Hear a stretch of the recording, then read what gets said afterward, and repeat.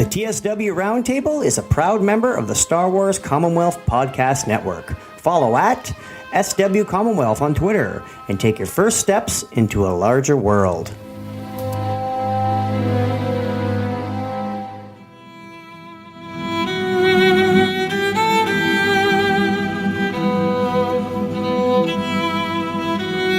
Welcome, ladies and gentlemen, to another episode of the TSW Roundtable. I will be your monitor today, as always. I'm Robert Cast, and we have an awesome show. Again, I pound this drum every month, but I'm very, very spoiled to be joined by all these awesome people every month.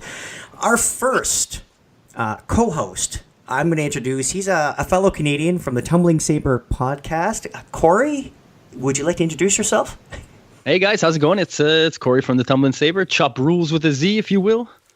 It's awesome to be here. I can't believe we're all finally talking. You know, I've known Marc for a long time now, and I don't even think we ever actually chatted on the phone live. You know? Oh, although you're. Well, there we go. That's an excellent segue. Any guesses on to who our other co-host is? Oh God, the man himself from Talk Star Wars, Marc.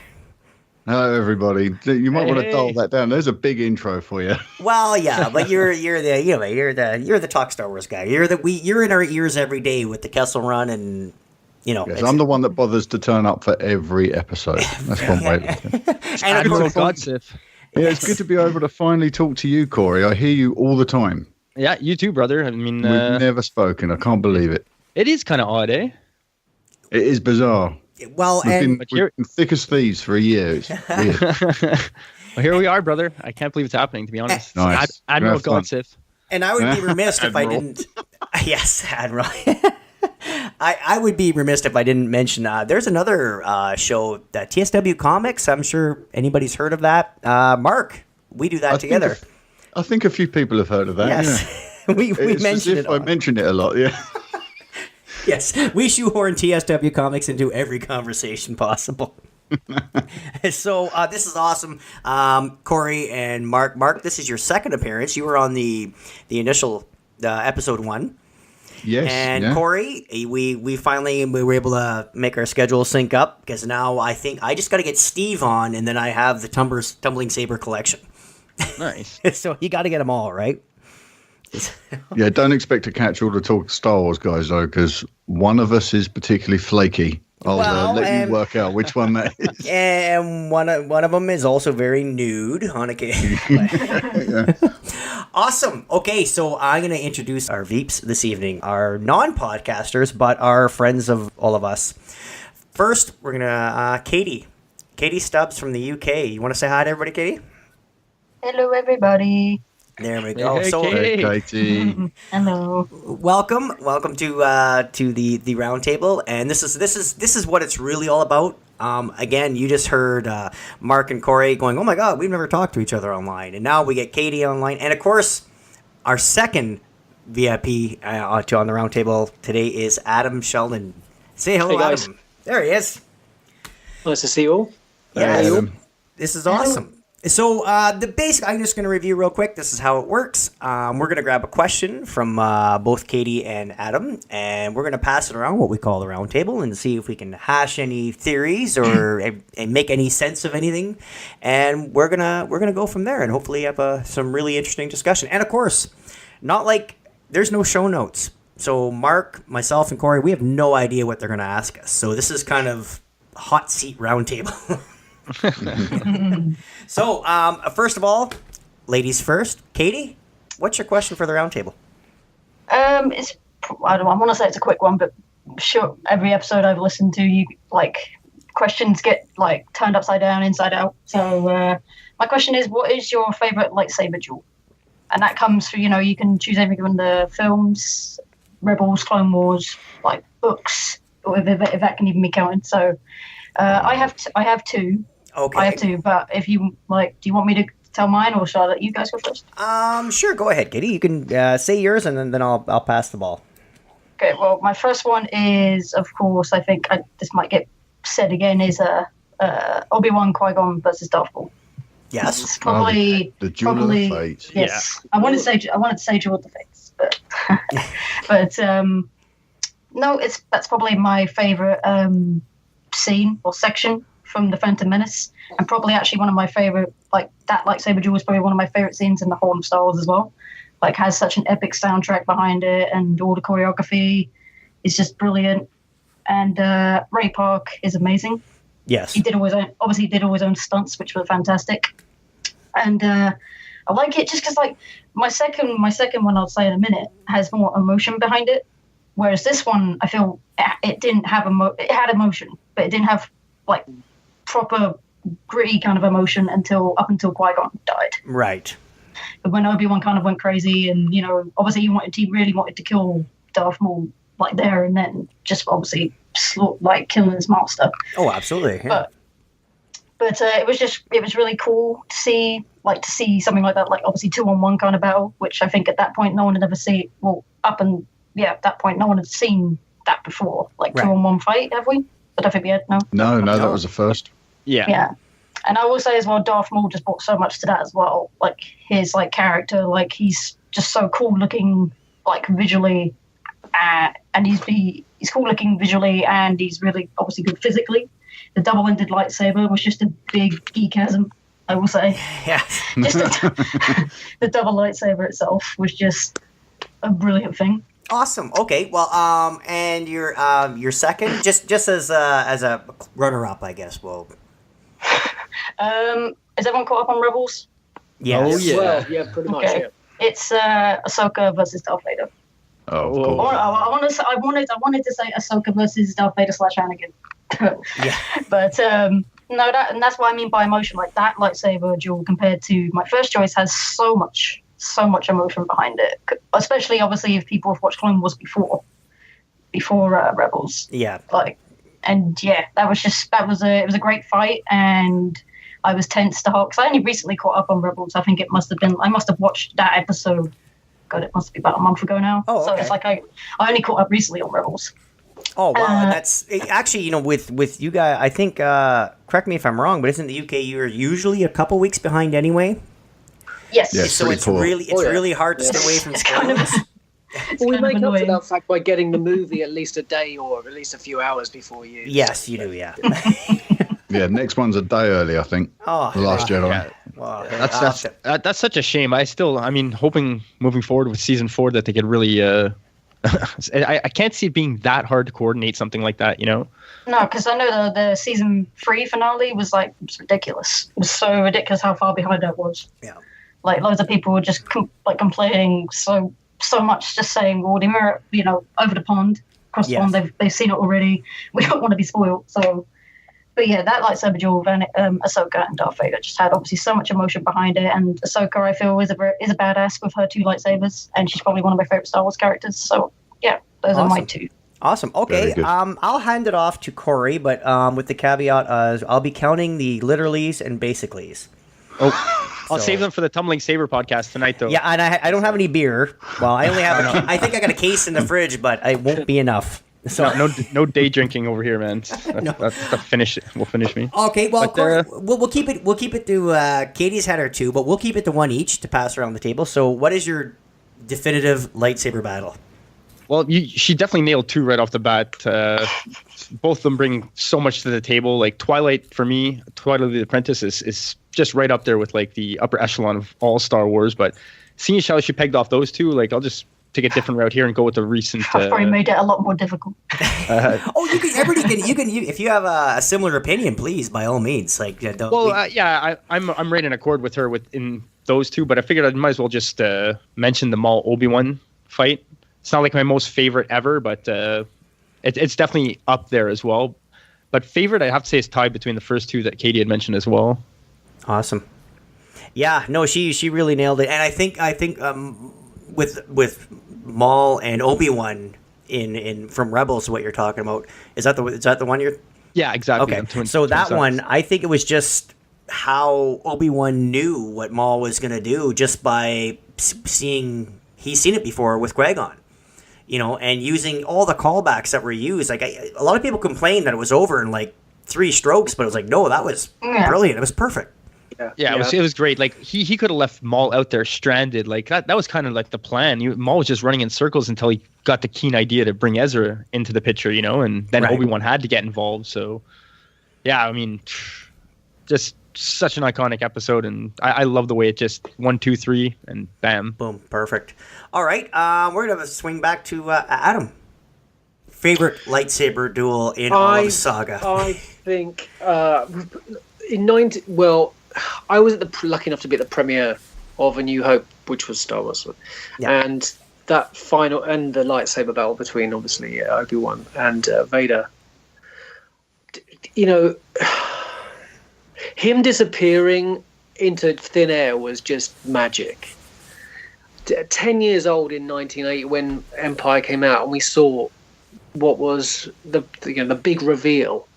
The Luke and Vader fight for me is everything, and I've got a lot of Bespin Luke figures and statues because for me that the darkness and the glow of the saber and the quote impressive, most impressive, Luke's abilities just building constantly, and the tension was just was excruciating. And again, watching Vader just throw everything at Luke as he flies through the window, and then the sadness at the end of that with Han and Leia picking Luke up. It just that 20 minutes is in my head constantly. I can tell you. I've said in an email to Marc for Talk Star Wars that I've seen A New Hope over 1,300 times, but it doesn't. That scene for me is probably the greatest scene of so far out of all 8 8 movies. Well, Adam, you're in like-minded company. I know Marc and myself, we're both of an age where Marc, you can attest to this too. We were in the theaters getting that reveal as kids too, seeing I Am Your Father and jaw drop and having our hair blown back. Well, we had hair, but I envy you all. I do envy you all. This for me, this iconic. Oh, look at that! Hilt is, it's just, I just love it. It's just for me, it's just a stunning thing, and I play with it often. Yes, yeah. Well, Adam's holding up his lightsaber hilt from Skywalker's. Lightsaber. Yep, and Rey's lightsaber. Rey's, wow. Rey's. Well, that's. That's another thing there going. Yeah. All right. Okay. So now back to Marc. Your favorite. Now you can repeat, or if you could have similar opinions, or do you have a new one, or what's your favorite? I'm gonna start with honorable mention. Okay. It's Anakin v Dooku in Revenge of the Sith. Yeah. For similar reasons to the reason I picked my favorite, which it's a personal journey for Anakin, and my favorite is absolutely Empire, where father and son clash in Bespin, because there's so much going on there with Vader sort of bringing the boy in close enough to do damage and then putting him down when he needs to stop it from going too far. But because he's not, last time we saw Anakin off the chain was against Dooku until Rogue One, right? And it was really. Without the master there looking over him, he was free to sort of play his "come and join me" card, "come and help me remove Palpatine" card. So we were getting to see Anakin really through that armor, saying, "Come with me, son. Help me do what I started. Help me finish what I started." And there's so much going on there, more than just the blade swishing and choreography. Yeah. It's just this wonderful character. The character piece unpacked in that duel is just wonderful. I'm welling up.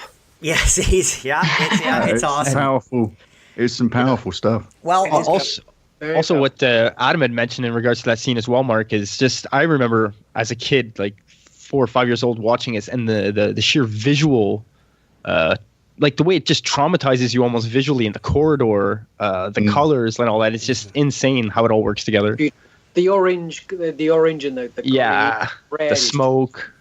There's a reason why. There's a sort of hued blue in the background as well behind Vader, which I've always been in awe of that. There's that catwalk going off into the distance. Yeah. Yep. which is clearly like an optical illusion for the Yeah. for the movie. But there's a reason why they called back to that in Force Awakens. I think that's the heart of Star Wars. And there's my favorite moment of it, I think, is the moment where Luke lands a blow when he's going down. He managed to land a blow, just a glancing blow on Vader's armor, and that was enough for Vader to sort of say, no, this needs to stop. And that's when Luke loses the hand. And it's just such a wonderful sort of unpacking of that moment is just superb. Well, so you see that he's literally playing with him, and he doesn't want to destroy him because he's his son, and he needs him to overthrow the Emperor. And then once, like you said, Mark, once he gets hit, it's like, oh no, let's get a little close. I'm just gonna, game over. Basically, cutting off the hand is like a slap on the hand. Yes. Yeah, I think it's not that bad. It happened to me when I was about your age too. Yeah, that's true. Yeah, history repeats. All right. Well, I'll bring up the rear. I will. Yes. For sentimental reasons, Empire, obviously. It's everything you said was absolutely true. But as far as just out awesome lightsaber duels, throwing some sentimental aside, would be Revenge of the Sith on Mustafar with Anakin and Obi-Wan. When I saw that in theater. Now, Grant, take it with a grain of salt. I was blown away with Yoda bouncing around. I know it looks silly. I know a lot of people have opinions on it, but I was waiting so long, and when Yoda revealed his lightsaber and used the Force and grabbed it and just went to town on Dooku, that was awesome. But that was just like, oh, that's very cool, but kind of silly. But Revenge of the Sith, Mustafar, Anakin, Obi-Wan, that was just, man, it was awesome. Like it just leapt off the screen. And it went on forever. The choreography had to be like just so detailed, and like the work they put into that. You know, it was just for straight up duels. That's where I go. I don't know what you guys. I know we've heard of your opinions, but did you guys like that one at all, or was it too much? Absolutely. I loved it. Absolutely loved it. I loved it too, but I don't want to split hairs, but to me that's Vader versus Obi-Wan. Yes. Yeah. Well, at that point, he already is Vader. He's Vader. He's already turned. But my favorite part, probably of that duel in particular, and for some reason, I feel like it just strikes me as such an iconic kind of like visual image, was when they both used the Force at each other. Yes. It's just the hands trying to push each other, and it's It that proves music how well matched they are. They're at a stalemate at that point, aren't they? Well, also with all the visual effects and choreography going on in that scene, with them just standing face to face and sweating and just holding their hands out like that doesn't need anything. You know, you need a bottle with an empty Windex bottle with some water to spritz them down and make them look wet, and hold your hand in the air and look like you're trying. Like, so as far as that little clip, you have the whole fight right there, and there was no CGI, no choreography. It was just two guys standing there like going toe to toe, and it was awesome. Has anyone ever noticed that Obi-Wan has the Skywalker lightsaber during that duel for a brief moment? They clearly switch lightsabers, and that's been edited down. So there's a moment in there where Obi-Wan has the Skywalker lightsaber. Oh, really? Well spotted. I've not seen that. Oh. I'll see if So does he cut down Anakin with his lightsaber? No, it's actually in the control room where they clash on top of the map table. I'll see if I can call it up. I'll grab the screen grab. All right. And I'll put it in the show chat. Oh, interesting too, Rob. Did you know? I talked about this on Sith Disturbers last week or the week before, but Spielberg co-directed that last scene with the clash on Mustafar between. He did, yeah. It's interesting. Yeah, it was just for, like I said, as far as out duel, like, again, every one of them had the anticipation of what Katie said, of Maul and Qui-Gon and Obi-Wan was awesome, because it's like, here's the payoff to this character we've seen at KFC or Kentucky Fried Chicken and McDonald's, wherever they were promoting it. You finally got to see this villain go toe to toe with the Jedi. Well, not only that, you get to see the Jedi go bonkers as well. You know what I mean? Like, we'd never seen that. We'd seen it somewhat in the original trilogy, but now, you see these guys flying down hallways and making these super leaps, and let's see what they can do with a lightsaber now. And you're like, holy cow, that's fast. Yeah, I agree. Like, you see it in Return of the Jedi a bit when Luke faces Vader. Yes. And like when Vader's kind of like stumbling and he's falling down, Luke's just hacking until he gets his hand. All right. Well, let's just because we're on this subject and not to divert it too far, but so just something I've noticed. How is it that whenever the Jedi they're fighting, and whenever they go to win a lightsaber duel, it's always sparked by a little bit of hate or revenge or anger. Like you think Obi-Wan Maul at the end of Phantom Menace because he killed Qui-Gon. Even Obi-Wan Maul at the end of Rebels this season, you saw. You saw him. Oh, you're protecting somebody, and all of a sudden you get that he snaps into. Oh, okay, now you've done it. You know what I mean? Yoda when he gets up off the floor to fight. Exactly. It's always they never just calmly beat somebody like they do with all the droids. They always have to have like a incentive. Yeah, like there's always a hint of dark side to edge on this. A good example of that. A good example of that as well is the last episode of season 1 of Rebels, where Kanan thinks that Ezra's dead, and he just looks at the Inquisitor like, "You are going down, bro." Luke and Vader, when he says, "Oh, you have a sister," I mean, it's like, "Oh," then he's like, "Oh, that's it." They just snap their crayons and away they go. Like, so is there something to the Jedi that they're great fighters, but they don't tend to finish them until it's time to unless they pull from the dark a little bit, like it is a weird area. I don't want to say a gray area, but I would like to learn. Can't say gray. Yeah. I would like to learn something though, moving forward with the trilogy that's going on currently in that regard, and maybe Rey brings something to the table and like, no, man, like you can kill people, like it's not, it's not that cut and dry, like it's just like depends on who and why. Yeah, like I said, something I picked up on. It's like, it's just one of those, well, the Jedi are so calm and good and awesome. And it's like, well, how come when it's every awesome duel is always finished with them getting really, they touch a nerve. You know what I mean? They hit that wick and away they go. Yeah. Well, you said, don't mention grey, but, if you look at Mace's saber, which is purple. Right. If you look at the colours of all of the Jedi, the purple one is a grey Jedi. It is someone who knows the dark and the light, and he's sitting right in the middle of that. Of course, that window scene, with Mace, clearly Mace has got. He already seemed like it, Yeah, he was already gone. You're not going to get out of this. Yeah. And as much as Anakin's pleading with it, it's just not going to happen, is it? No. He just sees this guy dead. Like he just wants this guy dead. Yeah, just kill him off. Yeah, absolutely. And it does prove that there is friction. And that just, in terms of how Lucas has been writing these stories for all of these years, he understands that the spirit of everyone is having conflict constantly with light and dark and good and evil. Right. And essentially what these stories are all about are the very basic elements of what we fight every single day. Yep.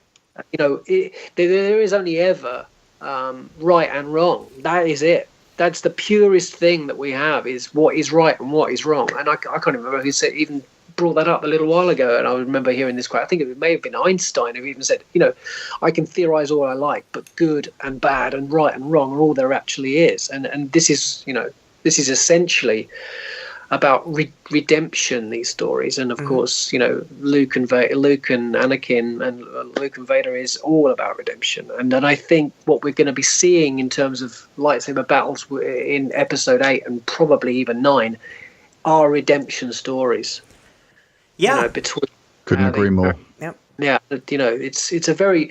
I think it's called the Rainbow Arc, where whatever it starts with, it finishes with. And George Martin does the same. Is doing the same thing with Game of Thrones. It's the same kind of thing. We're going to see everything come to fruition. But actually, two of my questions are practically about that very thing. Actually. Oh, good. Okay, well, that's actually an excellent segue. But one thing I just want to, Mark, you just brought up on your you said on the message board where Obi-Wan is holding Anakin's lightsaber. Yep. So. Visual proof. There's an edit in there somewhere. Something happened. There it is. All right. So, awesome question, Katie. That was, that's exactly. It was. That's a fabulous question. Yeah. And hey, that's why on this show with two co-hosts, myself, and then two listeners, we get 2 questions on here, and that eats it up. Like that's what the I think roundtable is that all the about. other thing.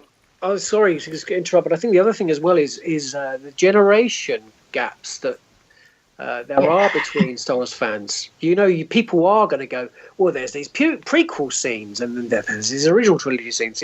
We do have, there is a divide, I think, between where we started with these beloved movies. Well, I got a 13-year-old daughter, and I got a newborn. Well, newborn. She's 5 months now, and their father's building an R2D2. You know what I mean? Like, if my dad did that, it would be like, it blew my mind. Like, but this is about as far as I got. That's what it is for me. Restraining bolt. Restraining bolt. Awesome. That's about as far as I got with building an R2 unit. Adam, are you just waist deep in Star Wars paraphernalia? They're just bringing them up. Just It's got stuff to reach everywhere. Yeah, because people listening can't see, but every time Adam mentions a prop or something, he's literally holding it up, and we see it. It's like, oh yes, here's a restraining bolt. Here's a lightsaber hilt. Oh my. Oh my. Oh my. Nope, not on the round table. After dark side. Get down, Jabba. All right. Okay, so awesome segue, I guess. Katie, awesome question. You know what we should do, though, before we get to that? We're going to take a quick pause just to do a little bit of promotional here, and then right after that, we'll come back and get Adam's question. All right, welcome back. So, as I said earlier, Adam, your question for the roundtable. My question is this. We have a round table. We have a group of people who theorize on these movies. Do you think there is an office within Lucasfilm that do exactly the same thing? We have all the expanded universe stuff. We have now what is clearly, since Disney bought it, canon. And do you think they are doing exactly the same thing as us, tying these threads together, trying to find little ways of bringing out episode 10 or 11 or 12 or the next TV show? Do you think they're doing exactly the same thing, sitting in a room and coming up with these kind of ideas and using these theories? One of the theories that often pops up that I hear is the Obi-Wan and Padme relationship theory. You've probably heard that one. Were they secret lovers? And you get the one is, do you think they're often sitting around and doing exactly the same stuff as us? Or do you think they're starting with a clean palette and going, right, let's just see what this... Okay, Marc, want to take this one? I know.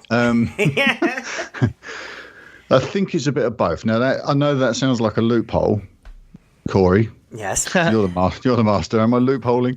Yeah, it's I think the story group do precisely what we do. I think they sit down and they throw around these ideas, like if we were to connect this, like plot A to the new plots, how would we do it without breaking canon? I'm sure those conversations happen all the time, but I'm definitely getting the feeling, looking at some of the things that they've taken a pass on, I'm definitely getting the feeling that they're trying to be original when they're bringing these things in, because like Rey is a fresh new character. She's not like a hand-me-down from old canon. It's not Jaina Solo that we're seeing on screen. They're starting from scratch without any baggage, and the temptation must have been overwhelming to have turned Snoke into Plagueis, because it's just so neat and tidy. Mm-hmm. So I think that they do probably sit and throw these things around and say, this is how we would do it.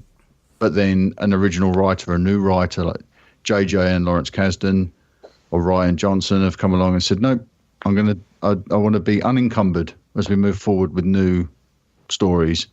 I want it to be fresh. Yeah. I tend to agree, but I'll hand it off to Katie next. What's your opinion on? You think they're sitting around much like we are?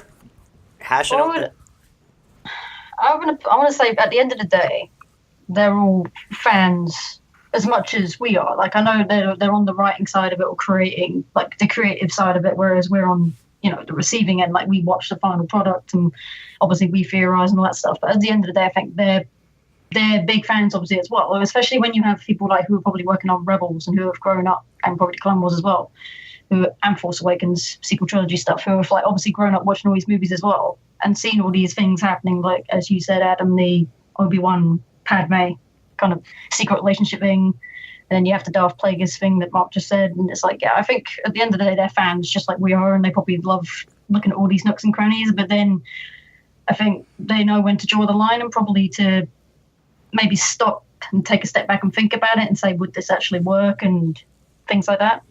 Plus, Do you think maybe this is where it's going to go? Do you think this is where we're going to start seeing a lot more of these expanded theories and ideas going into the TV shows? Do you think? I think so. I do think so, because I'm trying to think because it's a difficult question. But I find it hard to believe that, like, I've lost my train of thought. Lost it. No, that's all right. And no, I think what they're also too, what they're doing is they can go too far with this, can't they?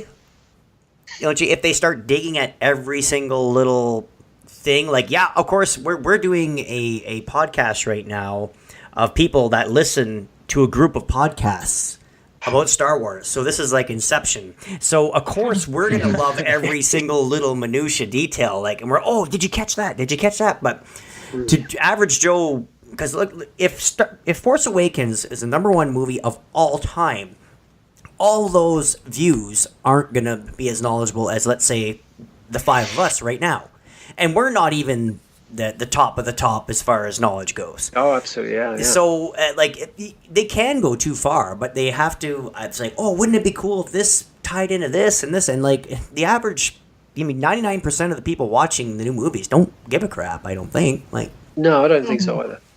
So, Cory, what do you think? Like, do you think they're sitting around? Like, obviously, they have to hash out their storylines and make sure everything stays together if they're gonna make it one big.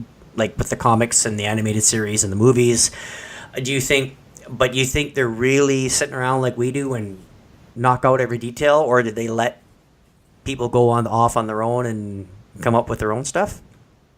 I'd say it's a bit of both, to be honest. Like, I'm kind of loopholing it, I guess, like Mark. But let's just say, first of all, I heard for Rogue One, when some director or writers, whatever, whenever they pitch anything at Lucasfilm or Disney, whatever you want to call it, Disney does not get rid of it. It goes in their vault. Like, they keep these ideas somewhere in a safe place.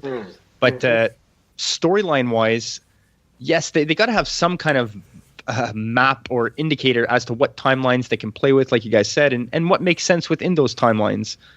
Like, yes, I don't want anything to be a stretch in Star Wars. Okay, yes, this can make sense and that can make sense, but in the long run, they're definitely people spitballing ideas off each other, and that's some kind of think tank, if you will. Yes, that's exactly what I've written down in my notes. Do you think there is a think tank that is literally storing these ideas away? It's the story group. Yeah, it's the story group, and I think the vault is a whiteboard in Kathy's office. I honestly think that's okay. true. Well, let me pose this question. Okay, so you think do they have, like, say, a big, like you said, Mark, a whiteboard and a huge timeline, and these. You think they have pin markers going, okay, this event, this event, this event, and this event is coming up? You're going to do a comic book series, like, say, Captain Phasma. We're expecting that comic book series. We know what time it takes place in between Force Awakens and The Last Jedi. Do you think those writers have carte blanche? I'm like, hey, you figure it out. How does she survive? Yeah. Or do you think they really say she's going to get out like this? This is how she has to tie into The Last Jedi. This and this and this and this and this, go. Like, do you think they're really being watched, or they just have here's your start point, here's your destination, you're the creator of this particular part, go ahead. Do you think it's... I would bet dollars to donuts they're given carte blanche, but on the proviso that when they're done, they have to come in and pitch the story. And I remember back in the day when George had greenlit a bunch of stories for novels, right? He'd sort of said, you can't kill Luke. Go and have fun. And that's pretty much it. They'll pin certain elements of story down, saying if you're going to tell Phasma's story, tell Phasma's story, but you can't include Kylo only in background facility. You can't expand on Kylo's story. You can't reference Ben Solo in any way, because that's strictly territory for the movies. Well, yeah, and I'm sure they could make their own, like a novel or a comic book, but they're obviously getting reviewed because they're like, okay, this is great. I like how you brought us from this point to that point, but the affair between Mace Windu and the librarian at the Jedi Archives, you're gonna cut that out. Like, you know what I mean? Like, I'm sure there's stuff that they're not. It's like, no, you like, I'm being silly, of course, but just to exaggerate my point, like, there's some things like, no, you can't touch. Like Mark, you're saying, you can't touch that. That doesn't happen. This is this person's. We have another. I think Obi-Wan. Remember, everybody was hands off with Obi-Wan because everybody had that. Oh, they have another idea for him in the future. Mm-hmm. Mm-hmm. Yeah. Mm-hmm. Am I right in assuming as well that like they all work like they're all working on different things? So obviously, like people that are working on Rebel, there's loads of people working on Rebels, loads of people working on the movies, of course. But am I right to assume that they all work closely together still? Not obviously on the same thing, but obviously when they're talking about theories or ideas, you think they throw back and forth between each other? Oh yeah, it's they like when it comes to canon and stuff like that. You gotta kind of look at the bigger picture, and when you're looking at animation, anyhow, it's Dave Filoni, and God, we had said it before that the guy's pretty much almost a new George Lucas. Like I trust this guy a lot. Mm-hmm. Yeah, exactly. Because that's what I get. Sorry, I was going to say that's what I get in my head. That like if like I don't know, like an idea or kind of like a little. Like a theory doesn't quite come to fruition in one of the movies, like maybe someone on Rebels, like Dave Filoni or one of the other writers, who looks at it and thinks, am I allowed to build upon this idea that didn't quite make it? Yeah, exactly. Something like that. Yeah, Katie, I think you're right with like obviously Dave Filoni. When you're talking about animation, like you have to have like a year in advance notice of what's going on. Yeah, that's the big deal as well, isn't it? Yeah.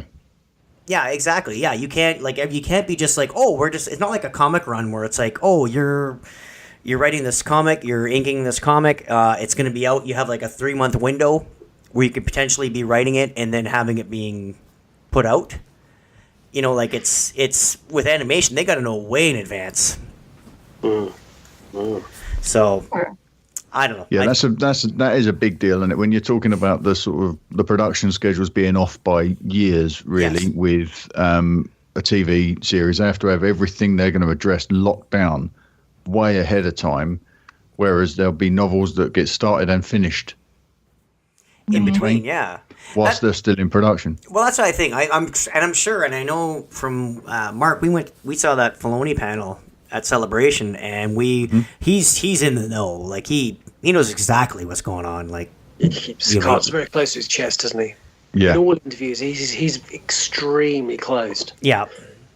So he's right on the money. So yeah, I think personally, Kate, I definitely think they have. Obviously, they have the storyboards. I think with the novel and the comic book people, they have like obviously smaller windows, so they can talk about. They can be like, here's your story. Like I said, the example, Captain Phasma. Here it is. Don't do anything too weird, but there you go. And it's pretty simple. And there's enough time to finish it and then revise it if they have to. If the artist has to drop a couple more panels, he can't do it on a napkin, but they can get together in a few weeks and put something together. It's not like here's finished animation program. He's like, no, Dave, we talked about this. You can't have. You can't have Yoda die here. You can't have this, or you can't, So, but yeah, I think I definitely do. On a side note, though, I think obviously they got their story groups, but do you think they're listening to us? And I'm talking like podcast, the start with the fan community. Maybe not. Maybe not this particular show. And if you are, Mrs. Kennedy, thank you. Please get in touch with us. We'll happily help. So, yeah, I think I've no doubt that they're listening to the fans about what's working, what isn't working, what people's concerns are. Kathy in particular has been very considered with the moves she's making. So I'm certain that they're taking the temperature of fandom constantly. Yeah, they're just keeping the pulse of the fan, or are they like? Do you think they hear something out in the wild, going like, "Oh my God, there was this theory from Talk Star Wars." Maybe they don't mention it by name, but. This Marc guy said something that might be really cool. Like you think they're getting ideas? Really cool. You think they're getting ideas from us? Like not, and again, from fandom, not us particular, but Yeah, I would say the small possibility of that as well. They've definitely got their ear to the ground though, no doubt. Like that's clearly evident now with you see Dr. Afra. Yeah. Like just she's just exploding right now, kind of. Oh yeah, but that figure nomination, they know they're getting it right. They know that they're hitting something. Yeah, Yes. exactly. I'm very curious as well. I'll throw a quick one out there. We don't have to spend too long on this, but have you noticed how none of the expanded materials touching the period between Jedi and Force Awakens?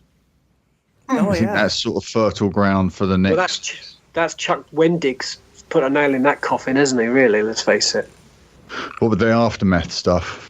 Yeah. There's still a huge period of time, isn't there? There's It is. Luke's It's 30 years. pilgrimage. There's Lost Bloodline Anteca. too. They're bloodlines. Yeah, Bloodlines, of course, yeah. Well, there's I'm sure 6 years there's before. yeah, but I'm sure there could be another trilogy snuck in there somewhere. Like Well, look, I'm thinking like what they're doing with Darth Vader was picking up just a beat after the final scene in Revenge of the Sith, and I'd like to see what happens when they all head back to their ships on Endor and pick up there. Yeah. Let's see those stories. yeah, absolutely. Before we ask Cory, get Cory to ask or Mark to ask a question, I feel if we're looking at the films we've got, and then say, well, look, we've got Rogue One Right. before A New Hope, perhaps Lost Stars before The Force Awakens would be a great anthology movie. Yeah. Do you think they'd do that? An adaptation of something that we already know? It's a great book, and if you haven't read Lost Stars, I highly advise it. It's on my list. It's a It's on my fantastic. list. It's a fantastic read. Yeah, I can't see them throwing a $200 million at making a movie on something we already know. You mean? But then again, they made a prequel series, and we knew how that ended. Like so. True. Very true. I wouldn't put it past it. I doubt it, but I there's a lot of things I'd love to see. Like I know I'm a huge fan of the Darth Plagueis novel. I realize it's Legends now, but oh my god, just to see that would be unbelievable. Like if that But I was. think the way it's becoming extremely liberal with getting more female characters into the roles, and seeing more mixed race and black people into roles, and then you've got Lost Stars, where where there's definitely there's some homosexuality that goes on within that story, and I think it's a quite a likely prospect to see something like that appear at some point. I really do. Well, I know I can't. I know from myself. I love the fact that we just, especially with genders, we just whoever's in the movie is in the movie. Whoever's leading the charge is leading the charge. It doesn't matter anymore, and it's so it's so refreshing that we don't have to be like, It's wonderful. Yeah. Oh, here, like look at DC with the Wonder Woman. Oh, here's a female lead. Well, why? Yeah. It's sad Wonder that it Man matters. doesn't really work, does it? Yeah, I mean, like it's so nice. Like I know. Cory, you like when we get a movie here in Canada, we just go show up and watch. Like, oh, Jyn Erso, right on. We don't question it. It's like, yeah, okay. Oh, here's Finn. Here's like it doesn't. It's nice to be at a point, especially in the Star Wars universe, where it just doesn't matter. It's There's loads more people that have our views. Like it doesn't matter. It's still good and it works, and it's fun. exactly. But and we drown out those. Yes. So that's the most important thing. Awesome. Okay, so again, fantastic questions. We have a little bit more time, but I had something I wanted to touch on. I think I brought this up on the last roundtable. I'm not quite sure, but maybe there's a way. I was looking. I think it was on a previous roundtable. We were talking about Padme's death and how it was. Everybody thinks it's really kind of lame. It's kind of not awesome. It's just like, what? She just gave up. And I know there's, Marc, you were discussing theories on maybe it was Luke and Leia that was keeping her alive. And once they I'll were put it out on the Kessel Run, I think. Yeah, and once they were born, their force ability left, obviously, when they were separated from their mother. That's when she passed away. I was thinking maybe there's a chance, and with Leia, maybe they can retcon this a little bit. And maybe because of the traumatic events that happened to Padme, and because she was Force adjacent to these traumatic events, that was a contributing factor to her dying. And maybe if something happened with Leia where they did something similar, or maybe not, I'm just saying Leia because of what happened with Carrie Fisher, but maybe somebody, another character dies in a similar fashion, and it's like, no, this is known to happen because it happened to Padme. Do you think there's any way they can retcon something like that to make it, is it putting lipstick on a pig, or is it, Mark, what do you think? A genetic condition. Yeah. It's one of those things, I think, where I've come to that conclusion over the years, and I'd never needed it spelled out for me. I'm quite surprised when other people sort of indicate that they think her death was weak or unexplained, because it seemed quite clear to me that when the kids came out, that's when she lost her life force. Yes. Right. And I think now explaining that point will cheapen it, and building it into another character arc, using it again, might cheapen it. Yeah. And I don't know how, unless there's another character in childbirth where you can replicate the same situation. I'm not sure.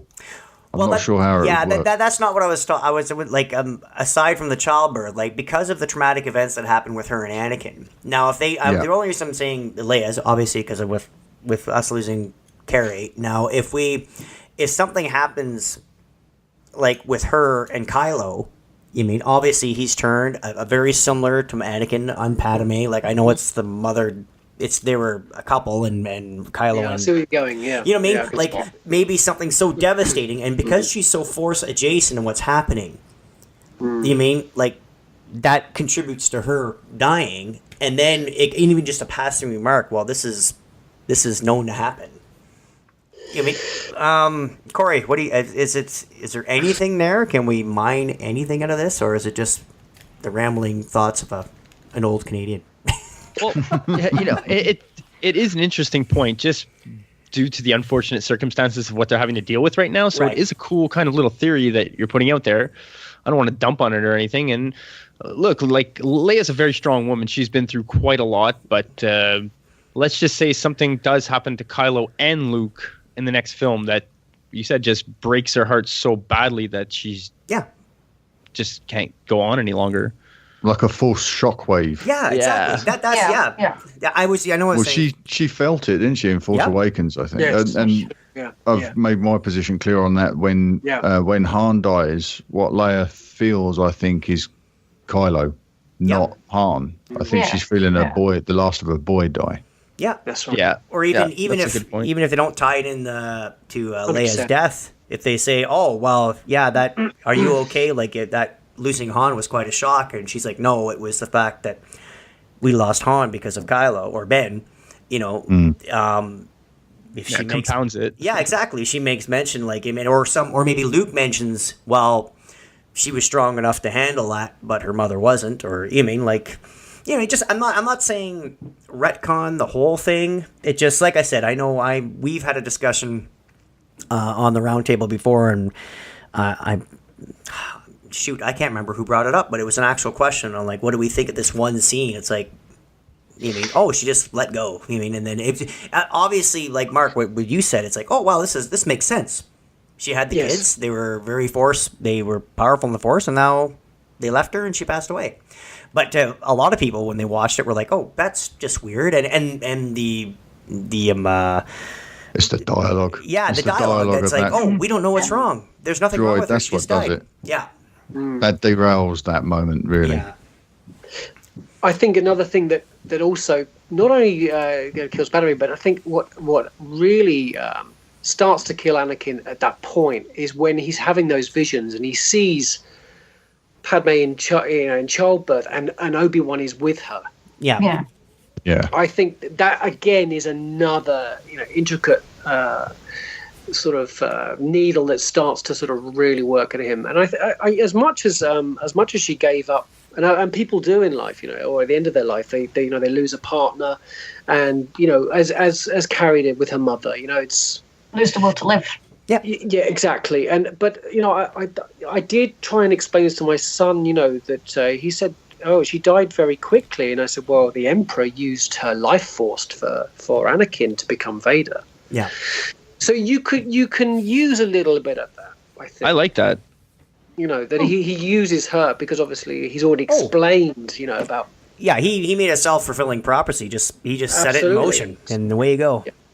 There's an area of that where he could have easily used her life force, but I think just as much as that it is that she did simply just give up. Yeah, awesome. Well, thank you. This is where I really enjoy doing this show too, because I have all month to conjure up stuff in my head, going, I don't know, maybe I want to, and I'll be listening to the Kessel Run, or listening to Tumbling Saber, or listening to any of the shows on the network, and I'll be like, you want to interject, but it's like, it's obviously the show's been recorded days ago, and it's a moot point now.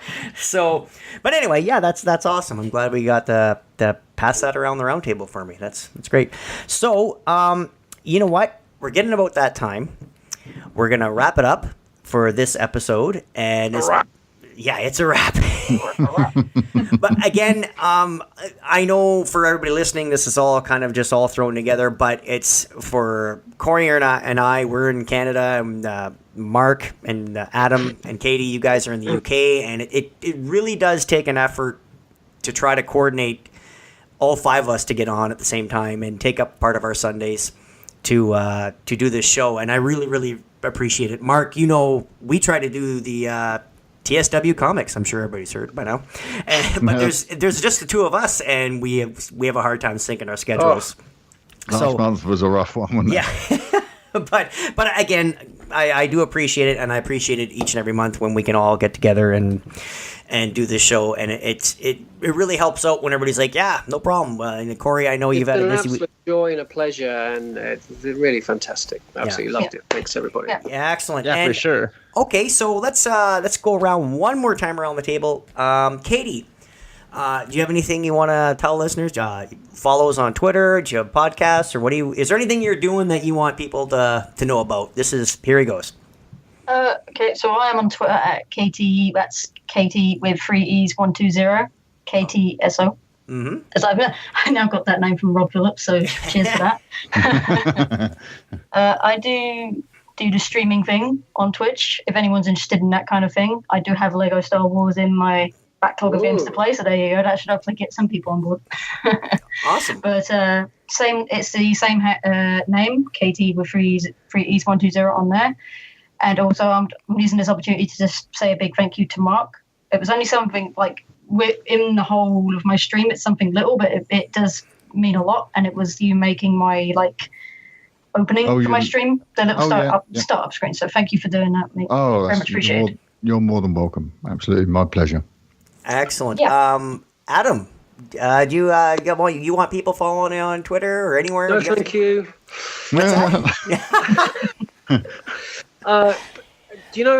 For me personally, I am now much more of a watcher and a perceiver and of everything on media now. I used to be so completely involved, and I took a massive backseat from various other platforms that I was on, and I did have thousands of followers on Twitter, and I just quit. And I'm just absolutely adoring being on Talk Star Wars VIP.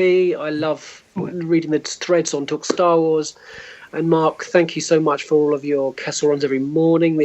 I grab my coffee and my biscuit and I put it on, and whilst I'm doing my job and I'm listening to my clients, I can't help but be pondering in my head, the theories and when I'm at work as well, I'm tucking into these babies, and the Star Wars, the old the omnibuses, and it's for me, it's just an absolute joy. All of it, it's just wonderful. Fantastic. Agree 100%.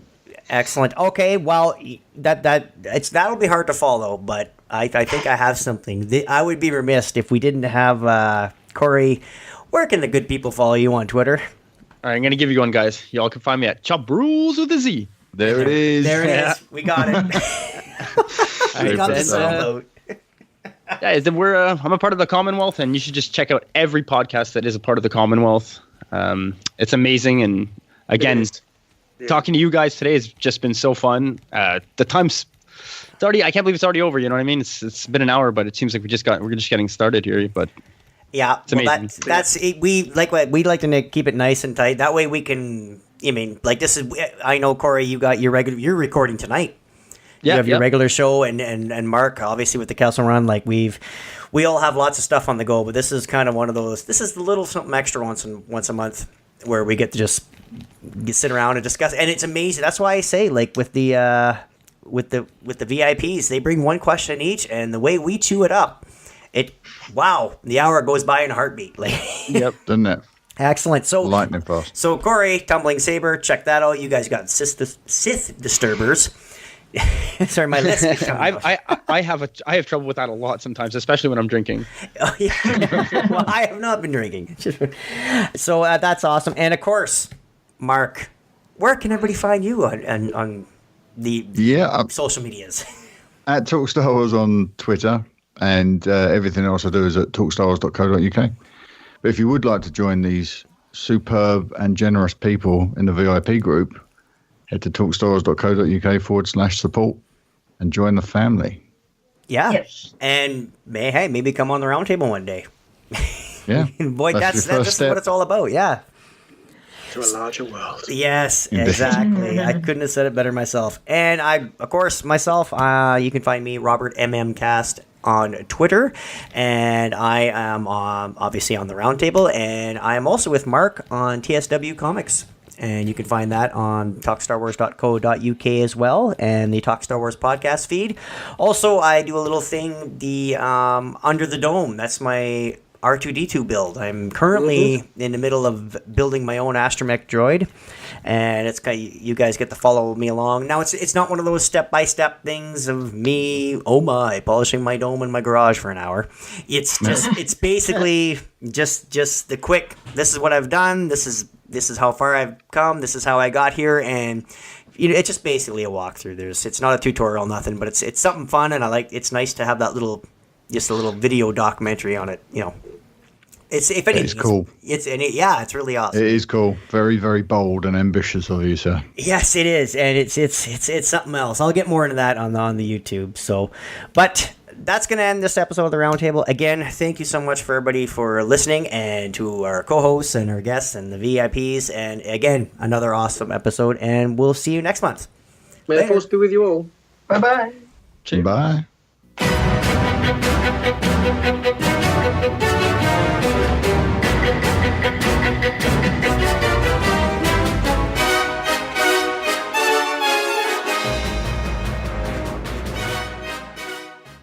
Let's talk about Loot Crate. Are you on a quest for epic gear, housewares and collectibles? Loot Crate offers an epic range of pop culture items for less than $20 per month. Whether you're shopping for the geek in your life or you are that geek, Loot Crate is the best surprise you know is coming. Every month there's a different theme and new and exclusive items that you can only get with Loot Crate. Treat yourself every month or give the gift of geeking out to a friend or a loved one. You have until the 19th at 9 PM Pacific to subscribe and receive that month's crate, and when the cut-off happens, that's it, it's over. Make sure to head to lootcrate.com/talkstarwars and enter the code TALKStarWars and save $3 off your new subscription today.